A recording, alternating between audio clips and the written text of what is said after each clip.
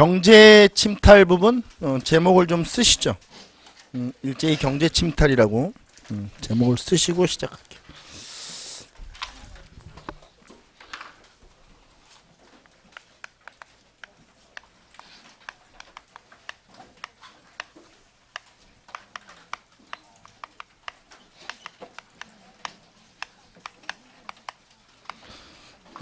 아까 전에 했던 연표를 똑같이 그리셔야 되는데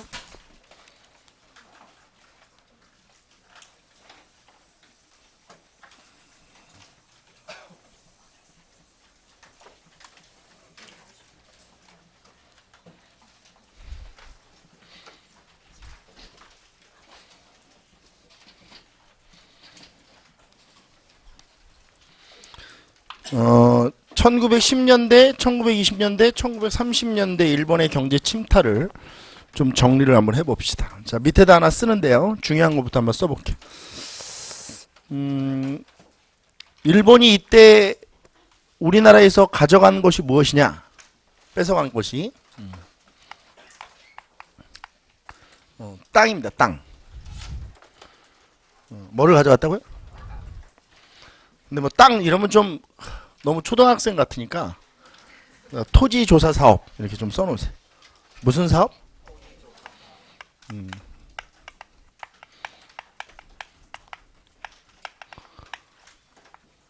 연도를 좀 써놓으세요. 1912년부터 1918년까지. 아, 우리 아까 전에 그 연표 만들 때 죄송합니다. 그 아까 전에 그 연표 좀 보시죠. 그 매핑했던 거. 거기 보시면 30년대 교육령을 좀 써야 되는데 2 다 교육령을 써놨는데 교육령을 안 쓰고 넘어갔죠. 거기다 쓰세요. 3차 조선교육령 써만 놓으세요. 다 쓰고 이건 안 쓰니까 좀 이상해요. 38년. 그 다음에 4차 조선교육령 43년.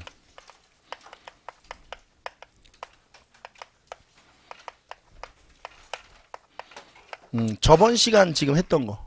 거기다 이렇게 밑에 다 교육령이 써져 있는 거죠. 그렇게 쓰고 좀 끝내자고요. 자, 여기 한번 보세요. 그러니까 1910년대에는 일본이 뭘 뺏어갔다? 땅을 뺏어갔다. 이렇게 정리를 머릿속에 해주시면 돼요. 자, 그럼 이제 토지조 사업을 배우시면 되거든요. 이건 어렵지 않아요. 토지조 사업 배우는 거는. 자, 보세요. 그 다음에 이 20년대는 일본이 주로 가져간 게 뭐냐? 쌀을 가져가요. 쌀. 뭐를 가져가요? 이거 쓰세요. 쌀. 이것도 너무 초등학생 같으니까 밑에다 산미 증식 계획 이렇게 써놓으십니다.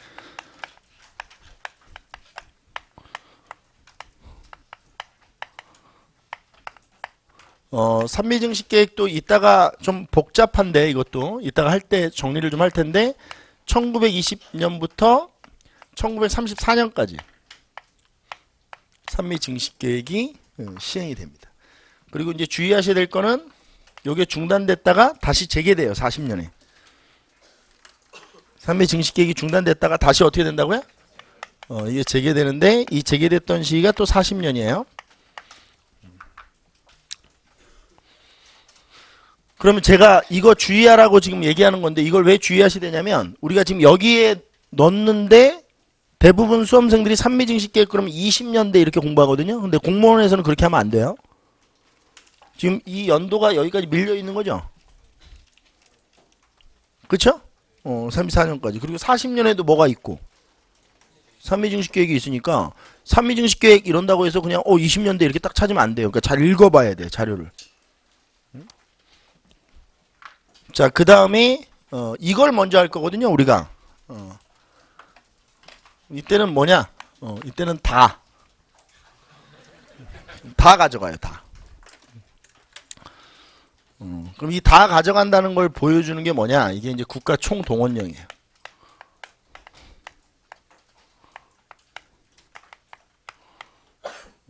이게 1938년에 시행되기 시작하거든요.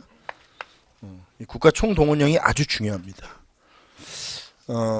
정리를 좀 한번 해볼 거예요. 이 달을 제가 이제 입시할 때는 이걸 이제 고등학생들한테 이해시키기 위해서 얘기해 준 건데 44년이 되잖아요. 근데 우리나라가 45년에 해방되지 않습니까? 44년이 되면 삽살개 공출령이 내려져요. 삽살개. 개. 왈왈! 개. 그러니까 개 공출령이 내려진다고. 왜? 삽살개 털이 길죠. 그거 군인들 방한용 내피 만들겠다고. 그래서 우리나라가 이때 삽살개가 없어지는 거거든. 지금도 삽살개가 우리나라가 삽살개가 굉장히 많았던 나라거든요. 근데 이때 삽살개가 싹 다 없어진다. 그러니까 제가 얘기하는 것에 대한 상징성을 이해해야 돼. 개털까지 가져갔다는 거 아니야? 그럼 뭐를 남겨놨겠어? 얘네들이, 그쵸? 그러니까 아무것도 남는 게 없는 거예요. 그래서 내가 상징적으로 그렇게 얘기하거든. 44 개털 이렇게.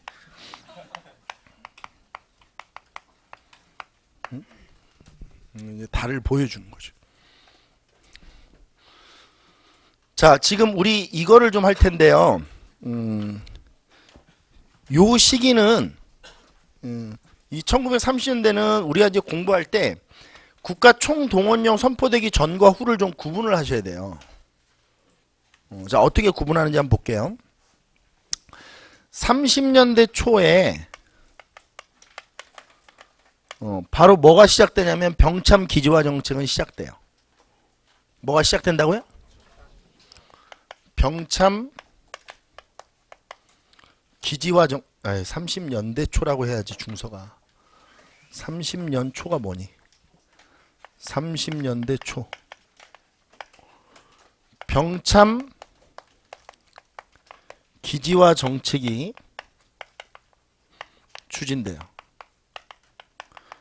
이 병참 기지화 정책은 아까 전에도 얘기했지만 군수물자 생산 기지화 시키는 거예요. 그래서 이 병참 기지화를 우리가 그리지 마세요. 이건 그림은 그리지 마시고 병참 기지화 정책을 볼 때 우리가 어떻게 이해를 하셔야 되냐면 일본이 이제 궁극적으로 노리는 건 여기거든요. 만주랑 중국을 먹으려고 했던 거예요. 응? 근데 만주랑 중국을 먹으려면 결국 일본 군인이 일로 가야 될 거 아니야. 일본이 생각해 볼 때 이렇게 일본의 전쟁 물자를 여기다 날라서 또 이걸 이렇게 이렇게 너무 힘들어. 그러니까 우리나라 이 북부 지역을 군수물자 생산 기지로 만들어 놓는 거야. 그럼 여기서 생산해서 바로 이렇게 옆으로 나를 수 있도록. 이해됩니까? 이게 이제 중국을 먹는 데 있어서도 가장 효율적이다. 일본은 이렇게 생각을 하는 거죠. 그래서 여기서 얘기하는 이제 병참 기지화 할 때 북부 지역을 공업화 시키는 거야. 그러니까 군수물자라고 하는 것은 대부분 중화학공업과 관련돼 있거든요. 그래서 우리나라 북부 지역을 중화학공업 단지화 시키는 거죠. 북부 지역을 중화학공업지역으로 만드는 거예요. 그리고 그럼 남쪽은 뭘 만드느냐? 남쪽은 공업 원료를 증산시키는 거예요. 우리 산업혁명 같은 거 공부하다 보면 영국에서 이제 산업혁명이 일어났을 때 영국에서 제일 먼저 만들어지는 공장들이 무슨 공장이에요? 면직물이죠. 그게 왜 그런지 알아요? 그게 공업 원료가 돼요. 그게 만들어져야 뭐 의류산업도 발달, 그 경공업들. 뭐 신발 산업이라든지 이런 것들이 막 발전을 하거든요.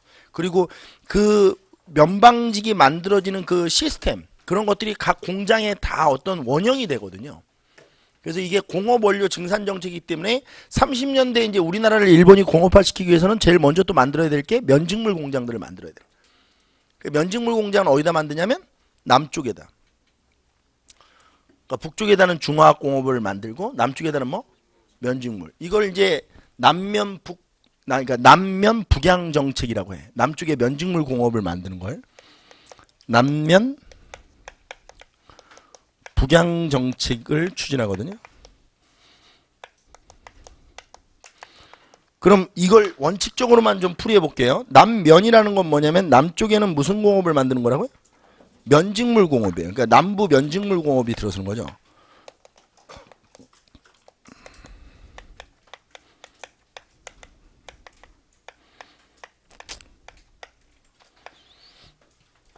그리고 이거는 북쪽에다 양을 키운다는 거예요. 양. 그러니까 이거는 우리가 배울 그냥 필요가 없어.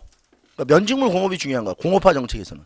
북쪽에다 양을 사육해다. 그러니까 양을 사육해야 면직물공업을 만드니까.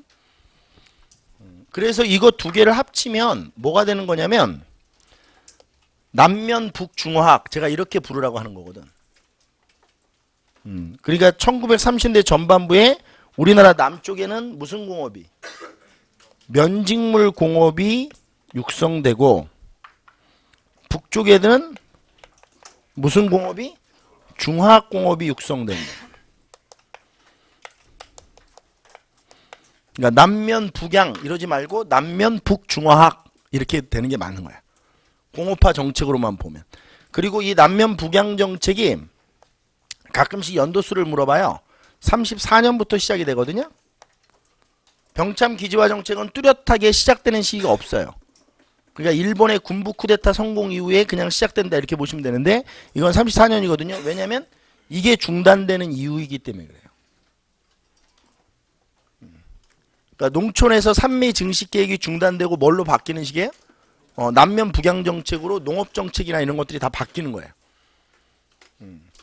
그래서 이 34년 여기 끝나. 그러니까 이 34년이 중요한 이유는 산미 증식 계획이 중단되는 거예요. 산미 증식 계획이 중단되는 거라고. 이 남면 북양 정책이 시작되면서. 요걸 물어보기 위해서 남면 북양 정책을 물어보는 경우가 많다. 이렇게 보시면 돼요. 자, 그리고 제가 기준점을 잡으라고 그랬죠. 요게 이제 바뀐단 말이에요. 뭐를 계기로 바뀌냐면 37년 중일전쟁을 계기로. 37년 뭐? 그러니까 우리는 이걸 구분해야 돼. 이 30년대 이 중일전쟁 전과 후.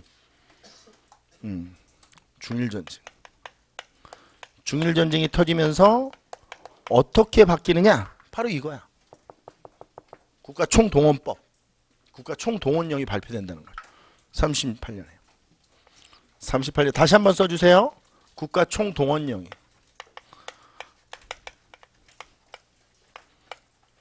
선포된다. 이 국가총동원령과 관련되어 있는 내용들을 좀 몇 개 볼 거예요. 내용들. 이거랑 뭐가 관련되어 있는지 한번 볼게요. 38년이 되면 국민 정신 총동원 조선연맹이 만들어져요. 이런 건 이제 전쟁 물자 수탈을 효과적으로 하기 위해서 만든 겁니다. 단체를 조직하는 거죠. 국민 정신 총동원 조선연맹. 그 다음에 요게 그대로 40년이 되면 뭘로 확대되냐면 국민 총력 조선연맹으로 바뀌어요. 이걸 제가 대학 다닐 때 외울 때 저는 제 노트에 어떻게 돼 있었냐면 요렇게 제가 해놨었거든요. 외우기가 하도 어려워서. 그래서 국민조선연맹 이것만 외워놓는 거예요. 그냥. 사실 이 두 개를 구분하는 문제가 나오진 않거든요. 그럼 이제 잘 생각해 보면 얘 한 것 봐라. 얘. 아무도 대답 안 해주고 날 죽이려고. 자, 여기 보세요. 내가 그런다고 내가 뭐 발견을 못할 것 같아. 자, 여기 한번 보세요. 요게 이 총동원이라는 말 있잖아요. 요거 가지고 사실은 이렇게 풀면 돼요. 개념이 다 그런 거니까. 개념상으로 봤을 때. 그러니까 이거 두 개를 구분시키는 문제를 본 적은 없어요, 제가. 그러니까 요 개념, 이런 개념들, 총동원, 총력, 뭐 이런 개념으로 전쟁 물자를 이제 만들어내는 거죠. 그리고 이 국민총력 조선연맹에서 전쟁 물자를 효율적으로 수탈하기 위해서 지금으로 얘기하면 반상회 같은 걸 만들어서 반상회에서 전쟁 물자를 잘 모아가지고 이제 올리는 거예요. 동네마다 반상회 같은 걸 만들어서 이걸 애국반이라고 해요. 애국반. 그래서 국방 헌금 같은 것도 모금해서 내고 그 다음에 전쟁 물자들 이런 것들을 잘 걷어서 내는 거예요. 이게 애국반이 여기 설치돼요. 여기서 만드는 거거든요. 애국반 설치. 이것도 40년에 애국반이 설치됩니다. 이런 것들은 국가 총동원령과 관련해서 꼭 기억을 해 두셔야 될 것들이고, 그 다음에 이제 좀 짜증나는 역사를 좀 배워야 되는데, 밑에다 쓸게요. 인적, 물적 수탈이 이제 활성화됩니다. 그러니까 여기서 수탈 중에서 인적 수탈이 시험 문제 많이 나오거든요. 우리 아까 전에 얘기했던 이제 뭐 정신대 할머니들이라든지. 한번 보죠. 인적, 물적 수탈이 일어난다. 자, 일단 물적 수탈은 쉬우니까 좀 한번 해볼게요. 자, 국가 총동원령 이후에 만들어지는 거거든요. 이게 다 이거와 관련되는, 이게 이거와 관련되니까 큰 의미로 보면 국가 총동원령 안에 다 들어와 있다는 얘기야. 그러니까 벤 다이어그램으로 그리면 국가 총동원령 이렇게 그려놓고, 사실은 이 안에 이게 다 들어와 있는 거야. 이 개념들이. 그래서 이게 중요한 거예요. 이게 국가 총동원령이. 그래서 이걸 이렇게 써준 거예요. 얘 또 한 집 봐봐. 아무도 얘기 안 해주고. 다 엑스맨들이지 다. 자, 그럼 볼게요. 이 물적 수탈부터 좀 보는데, 이 물적 수탈은 공출이라는 겁니다. 공출. 공출은 일본이 우리나라에서 생산되는 쌀이나 그 다음에 공산품들을 그냥 가져가는 거예요. 국가에서. 공출입니다. 시험 문제 나올 때 얼마나 웃기게 나오냐면, 산미 증식 계획을 통해 쌀을 공출해 갔다. 이러면 X야. 공출이라는 말은 국가 총동원령 이후에만 나오는 거예요. 산미 증식 계획에서 쌀을 가져가는 거는 쌀을 반출해 가는 거예요. 그냥 돈 주고 사가는 거라고.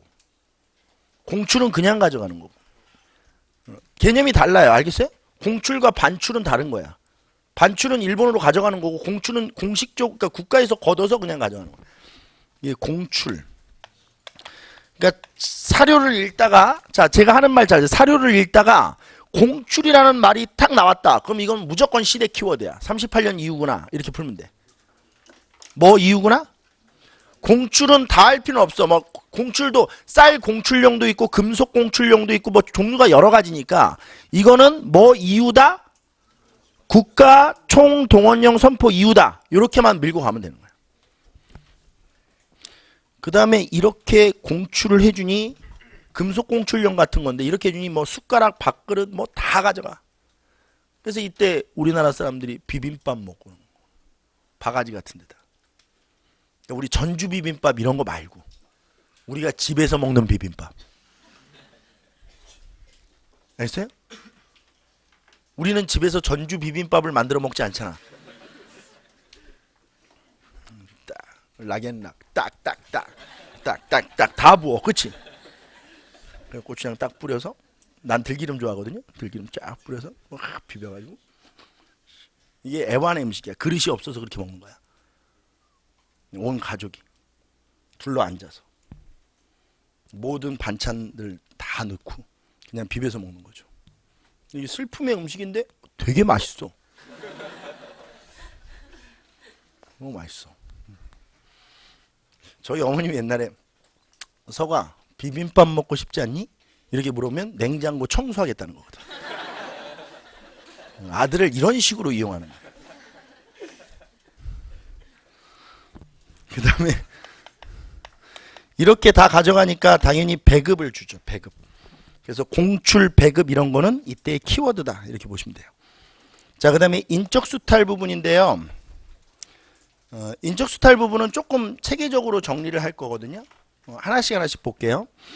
일단 뭐부터 봐야 될까? 지원병령부터 볼게요. 지원병령. 그러니까 군대에 뭐 하라는 거예요? 지원할 수 있도록 해주는 겁니다. 군대에 지원할 수 있도록. 여기다 공출 다시 쓸게요. 배급.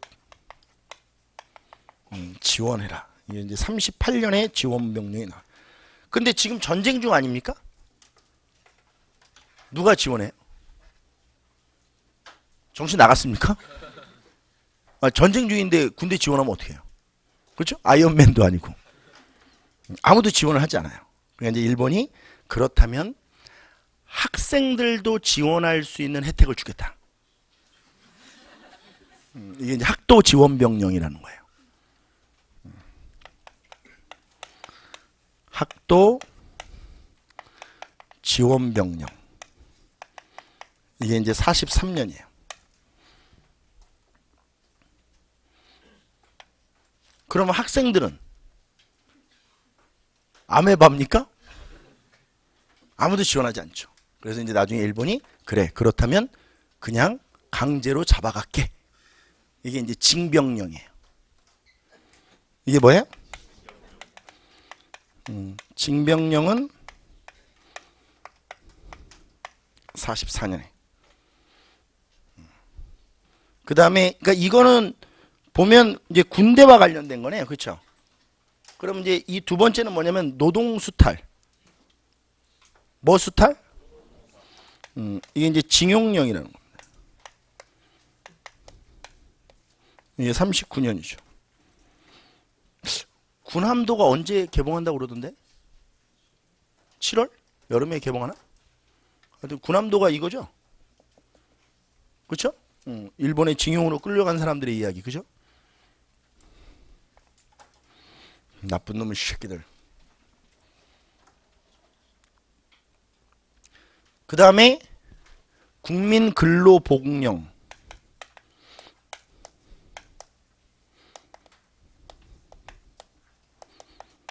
41년.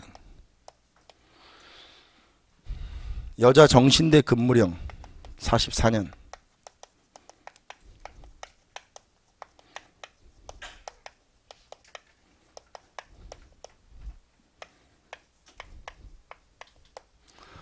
이런 것들이 결국 1930년대 전체적으로 보면 우리나라의 경제 침탈과 관련돼 있다 이렇게 보시면 됩니다. 뭐와 관련돼 있다? 경제 침탈. 시험 문제 나오면 여러분들은 제가 이거를 왜 이렇게 나눴는지가 중요해요. 그러니까 예를 들어 사료에 예를 들어서 국가가 공추를 줬는데 뭐 병참 기지화 정책이 시작되었다 이러면 틀리는 거야. 남면 북양 정책이 시작되었다 이러면 이래도 틀려. 그러니까 여기 있는 개념은 여기 있는 개념대로 묶어주셔야 돼. 그리고 이 앞쪽 개념은 앞쪽 개념대로 묶어주시는 게 문제를 풀기가 유리해. 왜냐하면 이렇게는 기본서에는 이렇게는 구분이 안 돼 있거든요. 그냥 쭉 나열돼 있으니까 이렇게 나눠서 이거랑 구분을 해야 돼요. 그리고 나중에 이제 문제풀이 과정에서 제가 여자 정신대 근무령, 그러니까 제가 옛날에 지금은 이제 광주 퇴촌으로 옮겨왔는데 옛날에 서천에 그 나눔의 집이 있을 때 제가 대학교 때 학점이 미달돼서 봉사활동을 갔거든요. 저는 이렇게 솔직한 사람이에요. 그러니까 내가 자발적인 봉사가 아니었고 학점이 안 나와서 강제로 봉사활동을 나눔의 집으로 갔다 왔죠. 그때 있었던 그 경험은 나중에 문제풀이 할 때 기회가 되면 설명을 좀 해드리겠습니다. 양이 좀 길어가지고. 자, 이쪽 부분을 먼저 정리한 이유는 이쪽 부분이 가장 쉬워서 그래요. 그래서 이제 요거부터 정리를 좀 한번 할게요. 다시 일로 와서. 자, 토지조사 사업입니다.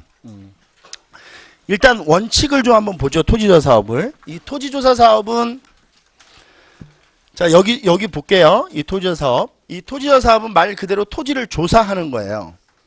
그러면 일본이 토지를 조사해서 얻고자 했던 게 뭐냐? 원래 이제 내세웠던 명분은 토지의 소유권 제도를 명확히 밝히는 거예요. 그러니까 이 땅의 주인이 누군지 정확히 이제 조사를 해서 그리고 그 사람에게 뭐를 걷겠다는 거예요? 토지세를 걷겠다는 거예요. 그래서 안정적 지세 확보. 이게 토지조사 사업에서 일본이 내걸었던 명분이에요. 근데 실제 목적은 아니죠. 토지 약탈이 목적이에요.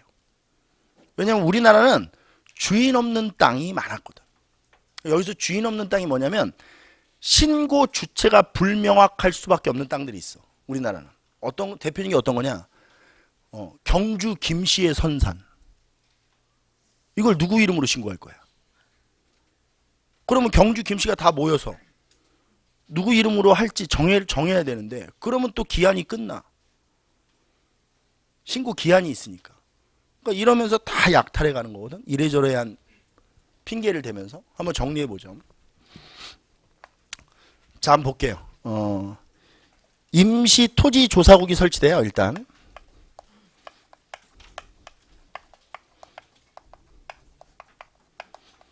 이게 이제 1910년에 설치가 되고, 이 임시 토지 조사국에서 토지 조사령을 반포해요. 이 토지 조사령은 12년에 이제 발표가 되는 겁니다.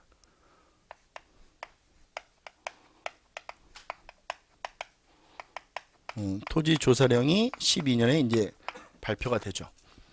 결국 이 토지 조사령에 의해서 토지 조사 사업이 추진이 됩니다.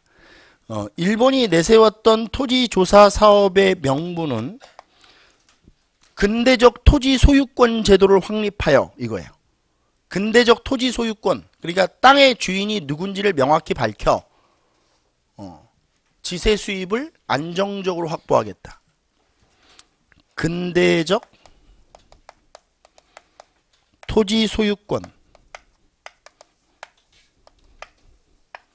제도를 확립하여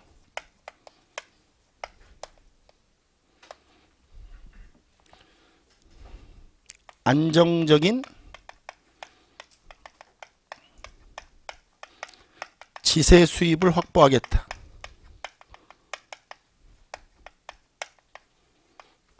이게 명분이란 말이죠. 그리고 이제 실시 방법을 좀 볼게요. 어떻게 실시하는지. 시행 방법.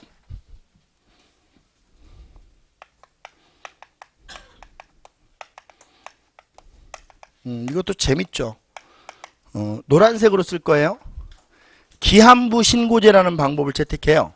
이게 되게 웃긴 게 뭐냐면, 우리 전에 전근대사 배울 때 양전사업이라는 거 들어봤죠? 양전사업은 토지조사 사업하는 거거든요. 양전이라는 말이. 그래서 양안을 작성하잖아요. 토지대장을. 근데 양전사업은 누가 하는 거예요? 국가가 하는 거죠. 국가가 인력을 동원해서 토지를 측정하고 측량하고 이러는 거 아니에요? 근데 이 토지조사 사업은 국가가 하는 게 아니고 주인이 직접 국가에게 신고하라는 거예요. 기한 내에. 이걸 기한부 신고제라고 해요. 그러니까 국가가 하는 게 아니고 누가 하는 거예요? 그 국민들이 자체적으로 하는 거예요. 자기 땅을 신고하라는 거죠. 이걸 기한부 신고제라고 해요. 그러면 명분은 이렇지만 시행 방법을 이렇게 해서 뭐를 하려는 거예요? 궁극적 목적은 땅을 뺏겠다는 거예요. 그럼 땅을 뺏으려면 이걸 어떻게 하면 땅을 왕창 뺏을 수 있을까? 이 방법인데. 그렇죠. 이 기한을 어떻게 주는 거야? 짧게 주는 거야. 자, 신고하세요. 그만! 한 2초 뭐 이렇게 주는 거예요. 아무도 못해. 씨. 짧게 주는, 짧게. 선생님, 아니 이렇게 12년부터 18년까지 이렇게 주는데 무슨 짧게입니까? 이거는 전체 우리나라 국토의 토지를 조사하는 기간이고요.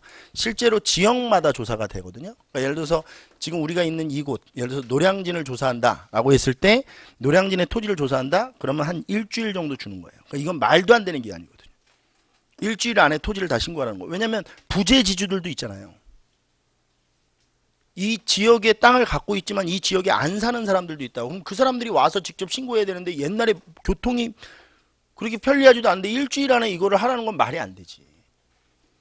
이런 식으로 뺏는 거거든. 그 다음에 신고 절차를 아주 복잡하게 해놓는 거예요. 우리 공문서상에 나와 있는 그런 어려운 용어들이나 한자, 그 다음에 기재 양식들 이런 거 있잖아요. 제가 매번 우리 공무원들한테 얘기하는 게 있어요.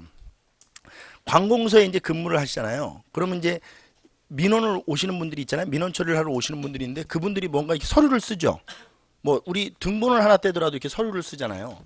근데 여러분들은 근무를 하시니까 그게 매번 반복되는 거죠. 근데 그분들은 어디다 무슨 말을 써야 될지 몰라요. 그럼 물어봐요. 그러면 이 대답해 주는 사람은 이건 맨날 하루에도 몇백 번씩 하는 일이니까 그냥 그 답답한 거죠. 왜 그걸 못 쓰는지. 거기 이름 쓰면 되는데. 이게 답답한 거야. 그러니까 그렇게 이제 얘기를 해주다 보면 매번 이 일이 반복되면 짜증스러운 거지. 근데 그 사람 입장에 생각해 보라고. 그 사람은 처음이잖아. 그러니까 내가 애들 가르치면서 맨날 그런 생각했거든. 고등학교 애들 가르치면서. 얘네들은 처음 배우는 거야, 국사를. 진짜 제대로 배우는 건. 근데 나는 수없이 많은 시간을 반복했지. 그러니까 가르치는 자세가 흐트러지면 안 돼. 아무것도 모르고 있는 사람한테 설명해 주듯이 설명을 해줘야 되는 거야. 신고하는 것은, 특히 공문서의 신고 절차는 얼마나 까다로운지 알죠, 여러분들? 양식이나 이런 것들이. 그러니까 얼마나 그렇지 않아도 까다로운데 이걸 복잡하게 해놓으면 일반 농민들은 못해. 그리고 글도 잘 모르는데, 농민들은. 그러니까 이거 절차를 복잡하게 해놔.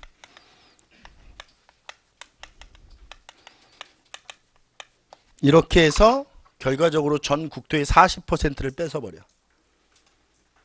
전체 토지의 전 국토의 몇 퍼센트? 전 국토의 40%가 약탈된다.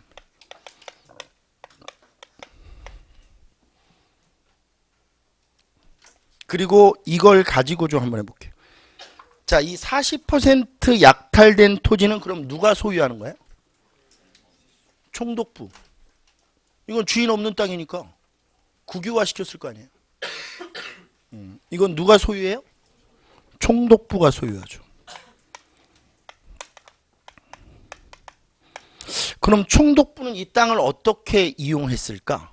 이게 중요해요. 일단 첫 번째, 1908년에 이 토지를 관리하기 위한 회사를 이미 만들어 놨거든. 이게 동양척식 주식회사야. 그래서 이걸 이제 동척에다 대부분 위탁시키지. 그러니까 동척에서 관리하는 거야. 동척에서. 동양척식 주식회사.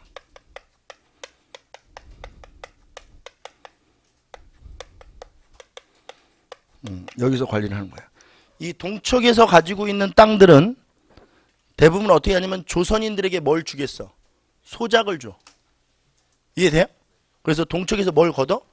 소작료를 걷어. 이거는 그러면 다 국가 재정으로 확보되는 거네. 장난 아니죠? 소작료를 뭐로 확보할 수 있는 거야? 국가 재정으로 확보할 수 있는 거야. 지금으로 얘기하면 뭐 공공임대 같은 거죠. 정부가 아파트 지어놓고 임대료 받는 거 그거 다 국가 재정이거든요. 그 다음에 이것도 되게 재밌는데 일본인들 중에 땅이 없는 사람들이 있거든요. 자국에 일본인인데 일본 사람인데 자기가 일본에서 소작농이야. 이런 사람들을 한국으로 적극적으로 이주시키는 거야. 그래서 이 땅을 주는 거지, 일본인들한테 값싸게. 아주 형식적인 돈만 받고. 그러면 가난한 일본인들이 우리나라에 오면 지주가 되는 거야. 그리고 직접 농사도 안 줘. 한국인들에게 뭐 주면 돼? 소작을 주면 되지. 그리고 식민지를 지배하기, 식민지 그 경영에 있어서 제일 중요한 게 자국민들을 식민지로 많이 불러들여야 이 조선이 일본화 되는 거거든. 섞여 살아야. 그쵸? 그러면 이게 일본인과 조선이 막 엉켜져 살면 이게 조선의 정체성도 막 계속 흐릿해지고 그럴 거 아니에요? 일본인들이 와서 일본식 집도 짓고 막 이러면? 그런 거거든. 일본인 이주민에게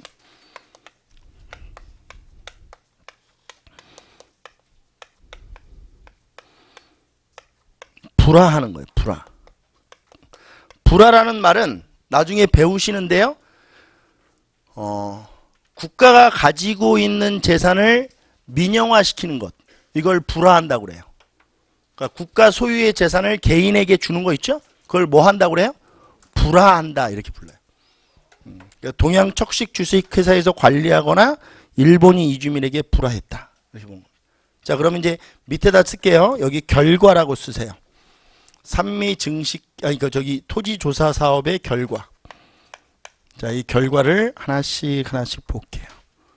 산미 증식 계획, 그러니까 토지조사 사업 이후 어떤 결과가 일어났는지, 이제 이게 중요한데. 자, 첫 번째.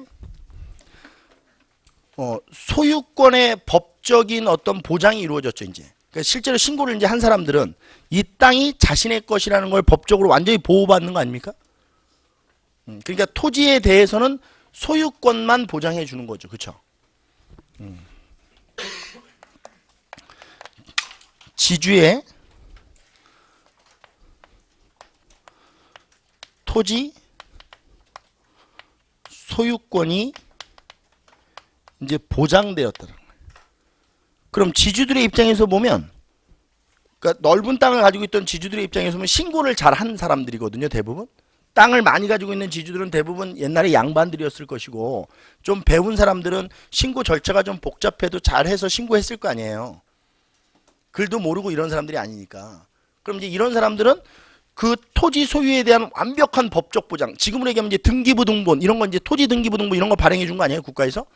그럼 이제 법적 소유권에 대한 완전한 보장을 받게 되니까 지주들의 입장에서는 토지조사 사업 이전보다 훨씬 좋아져, 상황이, 경제 상황이. 그리고 이건 이제 자유롭게 매매도 되고 아주 좋아지죠. 이게 이제 결정타야. 이때부터 이제 지주가 친일화되기 시작하지. 그래서 우리가 문학작품 소설이나 이런 거 읽다 보면 맨날 친일 다음에 수거처럼 이렇게 지주가 나와야 될 것 같지 않아? 친일 소장농 이런 건 안 어울리지?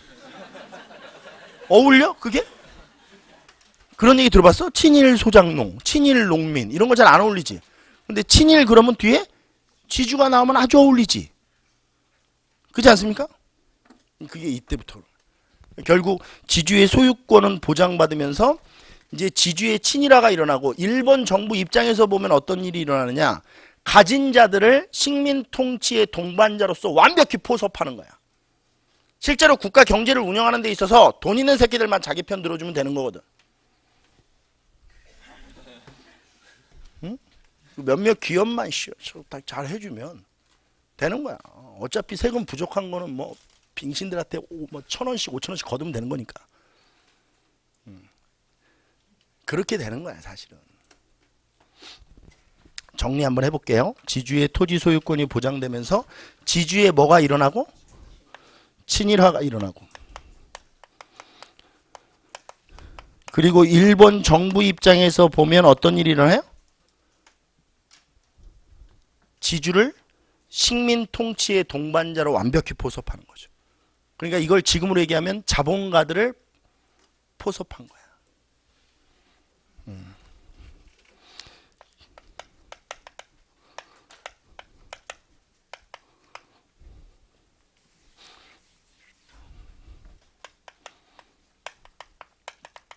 자본가를 일본의 입장에서는 완벽히 포섭하게 되고, 그 다음에 이제 두 번째, 농민들은 어떻게 됐을까? 자, 우리 이제 이걸 한번 해볼게요. 농민들 입장에서 보면 원래 조선시대 때는 소작을 이렇게 받잖아요. 소작을 받잖아요. 그러면 지주가 이 소작지를 회수할 수가 없어요. 이게 계약이지만, 그러니까 내가 만약에 소작농한테 소작을 시키잖아요. 그럼 이 지주가 야, 너 재수없어. 그리고 뺏을 수가 없어. 이건 영구임대 소작이라고 그래. 이게 이제 관례야, 관례. 그리고 소작지를 뺏는 것은 농민의 입장에서 보면 생명을 뺏는 거지. 그렇잖아요. 소작농한테 소작지 뺏는 건 이건 생명을 뺏는 거 아니에요? 그 가족 식구들의 전체 생명을 뺏는 거지. 제가 여러분들한테 얘기하는 게 이런 거거든요. 제가 얼마 전에 이제 인터넷상에서 제 욕을 한 친구분 얘기를 해줬을 거예요. 근데 그게 왜 문제가 되는 거냐면, 저는 성인분들도 마찬가지예요. 저는 여러분들한테도 욕을 하지 않아요. 왜 그러냐면, 만약에 저에 대해서 이렇게 공격이 들어오잖아요. 그럼 제가 혼자가 예를 들어서 못 먹고 못 살면 되는데, 제가 부양하는 가족들이 있어요. 우리 강아지까지 8명이거든요. 그런 건 하면 안 된다는 거야. 그러니까 내가 예를 들어서 경제적으로 위기에 처하고 어려워지면 나만 못 먹고 못 사는 게 아니고 우리 8식구가 다 어려워져요. 그래서 저는 열심히 사는 거예요. 저 포함해서 8명을 부양해야 되니까. 내가 부양하고 있는 거거든요. 8명을. 경제활동 인구가 1명도 없어요. 우리 멍이도 그냥 집에 있거든요. 내가 얘한테 맨날 하는 얘기가 그래요. 너도 경제활동을 해야 되지 않겠냐. 우리 강아지한테 내가. 씨, 이거 말만 하면 대박인데. 한마디만 하면 되거든. 엄마 이렇게. 그럼 나는 일 그만둬. 그쵸? 그래야 돼. 세계적으로 돈을 벌 수 있어. 내가 맨날 걔 보면서 안타까운 게 그거야. 한마디만 해주면 아빠가 일요일날 보충을 안 해도 되잖아. 이게 무슨 얘기냐? 부양가족에 대한 얘기. 지금 제가 얘기하는 게. 그러니까 저를 공격하는 건 상관이 없는데 실제로 막 욕을 해버리고 이러면 만약에 저의 직업에 있어서 제가 강의하는 거에 있어서 만약에 그런 것 때문에 문제가 생긴다면 저는 참을 수가 없는 거예요. 그런 말도 안 되는 모함 같은 걸 해서 저의 강의에 흠집을 내기 시작하면 실제로 제 강의에 저만 문제가 생기면 되는데 그런 게 아니기 때문에 정말로 그거는 큰 공격이죠. 그래서 사람을 욕을 하거나 이럴 때는 생각을 해야 돼요. 응? 당신이 나한테 욕을 했어? 근데 나를 정말로 세상에 하나밖에 없는 사람으로 존경하는 우리 딸이 있거든. 그럼 걔는 어떻게 되는 거야? 자기가 존경하는 사람이 씹새끼야? 그건 안 되는 거야. 그렇게 되면. 그렇게 되면 이제 일이 복잡해진단 말이야. 그래서 나이 들거나 그 다음에 성인들한테는 그래서 욕을 하는 게 아니야. 그래서 저는 애들한테도 마찬가지야. 내가 여러분들한테 욕을 해? 안 해. 왜? 욕을 하면 세상에 이분이 둘도 없는지 알고 살고 있는 엄마가 있어. 그분한테는 둘도 없는 아들이야. 정말 우리 그 한국식 표현으로 눈에 넣어도 안 아픈. 근데 사실 눈에는 못 넣어. 너무 커서. 이거 너무 크잖아? 그런 엄마가 있다니까. 그러니까 이분 뒤에는 그런 엄마가 있고 아빠가 있다는 생각을 해야 돼. 그러니까 이분한테는 함부로 하면 안 돼. 이분이 세상에서 전부인 줄 알고 사는 사람들이 있다고. 그렇잖아? 다 마찬가지야. 한 명씩. 이분이 세상에서 전부인 줄 알고 살고 있는 사람이 있어. 근데 이분한테 막 욕하고 그러면 되겠어? 그건 안 되는 거지. 사람은 그런 관계라고. 농민들 입장에서 지주가 이렇게 소작을 주잖아요. 그럼 이 지주가 소작지를 회수를 못해. 우리나라는 관례적으로. 왜? 이걸 뺏으면 그 농민만 죽는 게 아니고 그 가족 전체가 다 죽잖아. 이런 걸 이제 생사여탈이라고 하는 거거든. 그래 결국 지주가 만약에 소작지를 뺏거나 이러면 생사여탈을 할 수 있는 거 아니야. 그렇게 못하게 해놨다고 관례적으로. 근데 일본인들이 이제 들어와서 동양척식주식회사나 이 일본인들이 이주해서 소작지를 주는데 얘네들은 이제 대부분 기한을 정해놓고 계약을 하는 거야. 소작농들과. 왜냐면 이건 이제 일본 자본주의식 사고지. 우리나라는 그런 사고가 아니었단 말이야. 그냥 구두상으로 너 농사줘. 그리고 농사 짓고 도조법 같은 경우는 그래 뭐 한 달 1년에 2가마니만 나 줘. 그리고 이제 땅 주는 거거든. 그런 이제 구두상의 계약이고 그래서 그걸 빼앗지도 못해. 너 다음 연도엔 너 농사 짓지 마. 이렇게 하면 물론 법적으로는 문제가 없는데 동네에서 이 사람은 살 수가 없어. 왜? 다 욕을 먹으니까. 야 김진사가 중석이 소작지를 뺏었대. 그 더러운 인간이네 그 인간. 그러면 중석이는 어떻게 살아? 김진사 이 새끼 쓰레기구나. 이렇게 마을 사람들한테 욕을 먹으니까 그런 일은 할 수 없는, 아주 파렴치한 일이었어. 그러니까 정서상 우리나라에선. 그러니까 지주가 소작농에게 소작지를 주고 빼앗는 일은 진짜 파렴치한 일이야. 그래서 하지를 못했다고. 근데 일본인들은 와서 그런 일을 그냥 자본주의식 경제체제로 하는 거야. 근데 어떻게 보면 일본인들이 맞는 거지 사실은. 자본주의적으로 보면 아니 자기 땅을 주는데 계약해서 줘야지. 기한 정해놓고 너 2년 동안 여기서 농사 져? 그리고 생산량의 몇 프로는 날 줘. 이렇게 계약해서 주는 게 맞지. 그러니까 결국 농민들이 가지고 있던 기본적인 권한들은 어떻게 되겠어? 다 없어지니까. 특히 경작권. 이게 보호를 못 받지.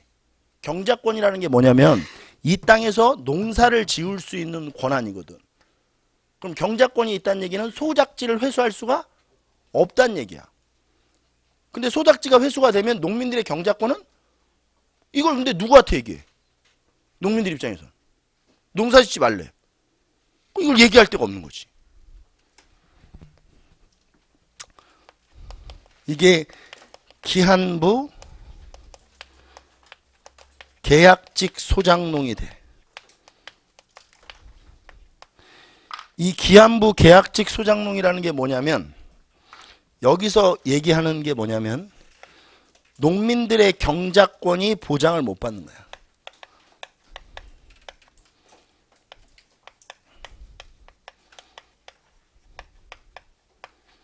이건 전혀 없는 거지 이제. 농민들이 이 땅에서 경작을 할 수 있는 권한, 이건 이제 없어지는 거야. 그러니까 지주 마음이지. 지주가 야 너 농사 짓지 마. 내년에. 이러면 그냥 끝나는 거야. 그러니까 소장농 입장에서는 말도 안 되는 이거 그냥 가만히 있어야 되는 거야. 이렇게 되면. 그리고 이렇게 되면서 지대도 어떻게 되냐면 우리나라는 조선 후기 때 도조법이 됐거든. 정액지대라고 해서 액수를 정해놓고 지대를 거뒀다고. 근데 일본인들이 와서 이 지대율을 어떻게 바꾸냐면 3,7제로 바꿔. 소작률을 70%씩 걷기 시작한다. 소작률을. 아니 걷는 양이 70%라고. 생산된 양에 걷는 양이 70%야. 그러니까 우리 한국 지주들, 조선인 지주들도 이걸 보고 아름답잖아. 그러니까 자기는 도조로 걷고 있는데 일본 애들은 와서 3,7제로 막 걷어. 그리고 기한부 계약해. 그러니까 이것도 조선인 지주들이 그대로 따라해. 왜냐면 이게 아름답거든. 이걸 3,7제 소작료라고 해. 그러니 결국 농민들의 생계는 당연히 어려워졌을 것이다. 자, 이제 얼굴 한번 보세요. 큰 틀 한번 잡읍시다. 일본의 학자들 중에 일부가, 뭐 전체는 아닌데 일본 학자들 중에 일부가 어떤 주장을 하냐면 지금도 일본이 조선을 식민지 지배를 해서 조선의 근대화가 이루어졌다 이렇게 얘기하는 거예요. 근대화는 경제적 발전이 일어났다는 거거든요. 근데 이런 걸 보면 말도 안 되는 거죠. 그러니까 우리나라 전체 인구의 90%는 농민이었거든요. 근데 일제시대가 딱 시작되면서 농민들의 삶이 어떻게 됐어요? 이렇게 형편없이 몰락한다고. 근데 이게 어떻게 경제발전이야? 오히려 일제시대보다 더 안 좋아졌는데. 물론 일제시대 때 삶이 더 좋아진 사람들이 있어. 누구야? 지주들의 삶은 좋아지는 거야. 근데 그 전체 인구의 3%도 안 되는 사람들의 삶이 좋아졌다고 경제가 발전됐다라고 얘기할 수는 없는 거지. 결국 이것 때문에 농민 몰락이 일어난다. 그리고 이 농민 몰락을 더욱더 야기시킨 것들이 있어. 농민의 도지권, 그 다음에 입회권, 이런 것들도 다 박탈나거든요. 박탈당해. 도지권은 뭐냐면, 자 보세요. 도지라는 게 뭔지 들어보세요. 이게 도조지대예요. 우리 도조법 할 때. 그럼 도조지대라는 게 뭐냐면 땅을 빌린 농민은 정해진 액수만 주인에게 주면 나머지는 얘가 다 알아서 하는 거예요. 그렇죠? 그러니까 땅을 빌렸을 때 2가마니를 주기로 했다. 그럼 쌀 2가마니만 주면 여기서 무슨 짓을 하든 이 농민 마음이에요. 여기서 2모작을 하든 3모작을 하든. 알겠습니까? 이게 도지권이에요. 그래서 어떤 경우도 있냐면 이런 경우도 있어요. 내가 이 지주한테 땅을 빌려서 농사를 짓는데 내가 허리가 다쳤어. 내가 올해 농사를 못 지어. 그럼 이 주인한테 얘기를 해야 될 거 아니야, 상식적으로. 내가 이 농사를 못 지어. 그럴 필요가 없어. 2가마니만 주면 된다니까? 그럼 내가 내 친구한테 가서 이 농사를 부탁하는 거야. 그러니까 이 땅을 경작할 수 있는 권한에 대해서는 나만 갖고 있는 거야. 그래서 이 도지권을 뭐라고 하냐면 부분 소유권이라고 그래. 그러니까 2가마니만 주면 나머지의 모든 권한은 소작농이 갖고 있다라고 생각하는 거거든. 근데 이런 거 자체가 이제 다 인정을 못 받죠. 기한부 계약직 소작농이 되면. 이게 부분 소유권이거든요. 이 도지권이. 그러니까 이건 이제 관념적으로 있는 거예요. 그러니까 소작농들은 이 땅에 부분적인 소유권을 갖고 있다고 생각하고 있었다는 거야. 관념적으로. 이런 것들이 다 없어지는 거고, 입회권은 뭐냐면 마을 자투리 땅들이 있어요. 마을이 있으면 마을 주변에 자투리 땅들, 그 땅들은 마을 사람들이 공동으로 경작해서 생산량을 나누었거든요. 그러니까 뭐 마늘밭, 파밭 이런 거 만들어서 그냥 생산해서 나눈 거예요. 근데 이런 자투리 땅들이 신고가 안 됐을 거 아니에요. 이게 자기 게 아니니까 신고를 안 하니까 이건 다 어디로 넘어갔겠어요? 국가로 총독부로 넘어가거나 그 결국 이제 일본인 지주들에게 넘어가겠죠. 그럼 이제 이 사람들이 여기 가서 농사 지을 수가 없어요. 이게 입회권이 박탈되는 거야. 마을 공동 경작 토지. 이게 없어지는 거죠. 좀 복잡해요. 이게 쉽지 않아요. 마을 공동 경작 토지. 이 토지에서 공동 경작할 수 있는 것. 이런 것들이 다 없어져 버리는 거예요. 그리고 자, 보세요. 농민들은 몰락해서 농민의 해외 이주가 많아져요. 여기서 농민의 해외 이주는 어디로 이주하는 거냐면 무슨 미국 가고 이러는 게 아니고 캐나다로 뭐 이렇게 가는 게 아니야. 만주. 어디? 만주 이런 데로 가는 거지. 그 다음에 또 하나.